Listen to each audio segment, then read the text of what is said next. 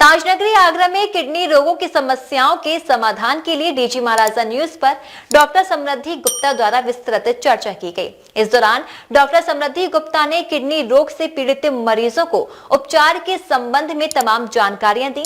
वहीं यह भी बताया कि किस तरह अपनी जीवन शैली में कुछ बदलाव कर हम किडनी रोग से बच सकते हैं। डीजी महाराज न्यूज एक बार फिर हाजिर है स्वास्थ्य से संबंधित जानकारी आपके साथ साझा करने के लिए। इस वक्त हम मौजूद हैं डॉक्टर समृद्धि गुप्ता के साथ, जो किडनी रोग विशेषज्ञ हैं और खास तौर पर बाल रोग विशेषज्ञ के तौर पर किडनी की समस्याओं का समाधान करती हैं। आइए बात करते हैं। मैं पहले तो आपका परिचय जानना चाहेंगे। नमस्कार, मैं डॉक्टर समृद्धि गुप्ता हूँ। मैं बच्चों एवं बड़ों की किडनी रोग विशेषज्ञ हूँ। किडनी की मैडम बीमारी क्या होती है, क्या इसके लक्षण होते हैं? किडनी की बीमारियों में आमतौर पे मरीज हमारे पास जो आते हैं उनको या तो वो चेहरे पे या पैरों में सूजन बताते हैं या पेशाब में दिक्कत बताते हैं, जैसे कि पेशाब में जलन होना, पेशाब रुक रुक के आना या रात के समय एक बार से अधिक उठ के पेशाब करना या फिर बहुत ज़्यादा समय लेना पेशाब करने में। किस तरीके के लोगों को किडनी की बीमारियां होती हैं, उसके लक्षण क्या होते हैं मैडम? क्योंकि खास तौर पर लोग जब तक पूरी तरह किडनी डैमेज नहीं होती तो उसके लक्षण नहीं समझ पाते हैं। किडनी की बीमारियां ज़्यादातर जो डायबिटिक्स यानी कि शुगर की बीमारी के जो लोग होते हैं या हाई बीपी से जो परेशान होते हैं उन लोगों में ज़्यादा होने के चांसेस होते हैं। नॉर्मल लोगों में भी किडनी की बीमारियों में कई बार ऐसे देखा जाता है कि जब बिल्कुल एंड स्टेज पहुंच जाती है तब उनको मालूम पड़ता है कि किडनी की परेशानी थी।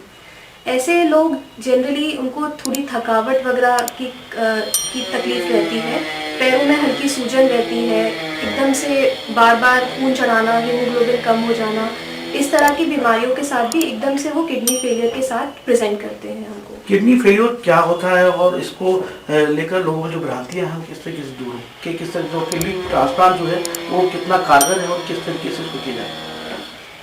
किडनी फेलियर का मतलब है कि हमारे दोनों गुर्दे 5% से भी कम काम कर रहे हैं।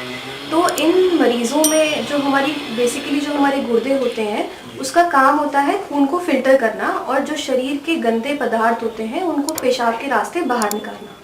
तो जब हमारे गुर्दे 5% से भी कम काम कर रहे होते हैं तो शरीर के अंदर यही गंदे पदार्थ इकट्ठे होने शुरू हो जाते हैं। तो इन गंदे पदार्थों को बाहर निकालने के लिए या तो हमें डायलिसिस का सहारा लेना पड़ता है या फिर हमें किडनी ट्रांसप्लांट कराना पड़ता है। जो सबसे अच्छा तरीका है वो है किडनी ट्रांसप्लांट, क्योंकि इसमें हम एक स्वस्थ किडनी लगा रहे हैं जो कि 24 घंटे हमारी किडनी की का काम करेगी और खून की सफाई करेगी। जो डायलिसिस होती है वो 2 प्रकार की होती है, एक खून की डायलिसिस होती है और एक पेट के पानी की डायलिसिस होती है। जो खून की डायलिसिस होती है वो ज़्यादातर हफ्ते में 2 या 3 बार 4 या 5 घंटे के लिए की जाती है। तो हम समझ सकते हैं कि जो काम हमारे गुर्दे 24 घंटे कर रहे हैं वही काम हम सिर्फ हफ्ते में 2 या 3 दिन 4 घंटे में करने की कोशिश कर रहे हैं। तो वो उतना अच्छा नहीं है। एक नया गुर्दा लगाना यानी कि किडनी ट्रांसप्लांट करना एक बेटर सोल्यूशन है। कितना सफल मानती है किडनी ट्रांसप्लांट? क्योंकि लोगों में ये भ्रांतियां हैं किडनी ट्रांसप्लांट के बाद जो मानव जीवन के बचने की संभावना काफ़ी कम रहती है, तमाम तरीके के उनको इन्फेक्शंस रहती हैं लगातार। तो क्या मानते हैं किस तरीके के प्रिकॉशन रखने चाहिए, कितना सफल होता है ये किडनी ट्रांसप्लांट?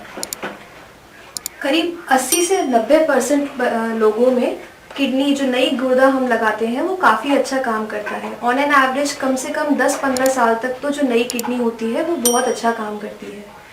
ये मरीजों में जो 10-15% जो नहीं अच्छा काम करती है उनमें से भी मेजॉरिटी वो ऐसे लोग होते हैं जो किडनी ट्रांसप्लांट के बाद डॉक्टर के पास फॉलोअप विजिट्स में रेगुलरली नहीं आते हैं या डॉक्टर की एडवाइस फॉलो नहीं करते हैं, या फिर जो दवाइयाँ होती हैं किडनी ट्रांसप्लांट के बाद जो ली जाती हैं वो मिस कर देते हैं।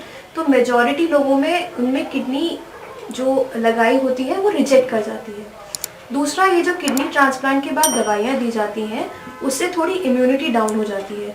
तो इन लोगों को इन्फेक्शन से बच के रहना होता है और यदि कोई छोटा मोटा इन्फेक्शन लग जाए तो तुरंत अपने डॉक्टर को संपर्क करना होता है। मतलब सबसे बड़ी चीज़ है किडनी ट्रांसप्लांट के लिए किडनी डोनेट की जाती है, इसको लेकर भ्रांति है कौन किडनी दे सकता है, किस तरीके की उसमें मैचिंग चाहिए होती है, क्या क्या उसमें ऐसी चीज़ चाहिए होती है कि जो किडनी ट्रांसप्लांट अपनी डोनेट कर सकता है? किडनी डोनर्स 2 प्रकार के हो सकते हैं। एक होता है कैडेवरिक, यानी कि जो मौत के बाद हम किडनी लेते हैं, दूसरे होते हैं लाइव डोनेशंस।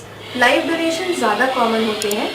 वो जनरली जो नियर रिलेटिव्स होते हैं, यानी कि हमारे माता पिता, भाई बहन, वाइफ, ये लोग ही डोनेट करते हैं। जो कोई भी एक व्यक्ति एक गुर्दे के साथ अपना अच्छा जीवन बिता सकता है। किडनी डोनेशन भी हमें देखना पड़ता है, हम किसी की भी किडनी यूं ही नहीं ले सकते हैं। जो रेसिपिएंट होता है, यानी कि जिसको गुर्दा दान किया जा रहा है, उससे ज़्यादा जो डोनर होता है, जो अपना गुर्दा दान कर रहा है, उसकी जांचें होती हैं। जब हमें पूरी तरह से ये विश्वास हो जाता है कि गुर्दा दान करने के बाद उस व्यक्ति को अपने जीवन में दिक्कत नहीं होगी और उसका जीवन अच्छा बीत जाएगा बिना एक गुर्दा दान करने के बाद, तभी उसको एक्सेप्ट किया जाता है, वरना उसको रिजेक्ट कर देते हैं। बच्चों में इस वक्त मैडम देखा जा रहा है कि किडनी की बीमारी आमतौर पर बहुत देखी जा रही है। इसके क्या लक्षण होते हैं और हम क्या प्रिकॉशन ऐसे रखें जिससे बच्चे इस गंभीर बीमारी से बच सकें? बच्चों में किडनी की बीमारियां हमेशा से होती थी, बट पहले क्या होता था कि लोग समझ ही नहीं पाते थे कि किडनी की परेशानी है और इलाज भी नहीं थे। तो ऐसे बच्चे अपना बहुत जल्दी जीवन उनका ख़त्म हो जाता था और वो नहीं बच पाते थे। बट अब क्योंकि साइंस में इतना एडवांसमेंट हुआ है, मेडिकल फील्ड में इतना एडवांसमेंट हुआ है, हम इन बच्चों को भी बचा लेते हैं दवाइयों के द्वारा। छोटे बच्चों में डायलिसिस करना भी पॉसिबल है और यहाँ तक कि किडनी ट्रांसप्लांट भी पॉसिबल है। सबसे महत्वपूर्ण सवाल मैडम आपसे अंत में ये जानना चाहेंगे, किडनी को सुरक्षित रखने के लिए हम किस तरीके से अपनी जीवन शैली में बदलाव लाएं और क्या ऐसे प्रिकॉशंस रखें जिससे हम किडनी संबंधी बीमारी से बच सकें? सबसे इम्पॉर्टेंट है एक अच्छा लाइफस्टाइल, जिसमें हमें अपनी डाइट, खान पान का खास तौर से ध्यान रखना है।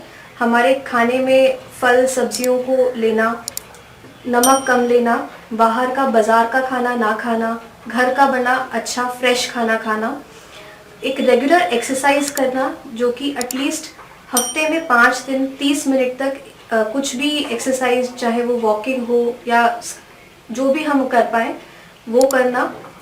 उसके अलावा जो डायबिटिक्स हैं, यानी कि शुगर की बीमारी के जो मरीज़ हैं, जो हाई बीपी के मरीज़ हैं, उनको रेगुलरली अपने गुर्दों की जांच कराना।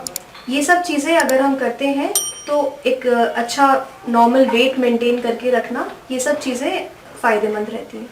जी शुक्रिया। ये हम बात करते हैं डॉक्टर समृद्धि गुप्ता जी से, जिन्होंने किडनी संबंधित बीमारियों से बचने के लिए हमें बहुत महत्वपूर्ण जानकारी दी। इसी तरीके की स्वास्थ्य लाभ से जुड़ी जानकारियां हम आपको लगातार देते रहेंगे। देखते रहिए DG महाराजा न्यूज़।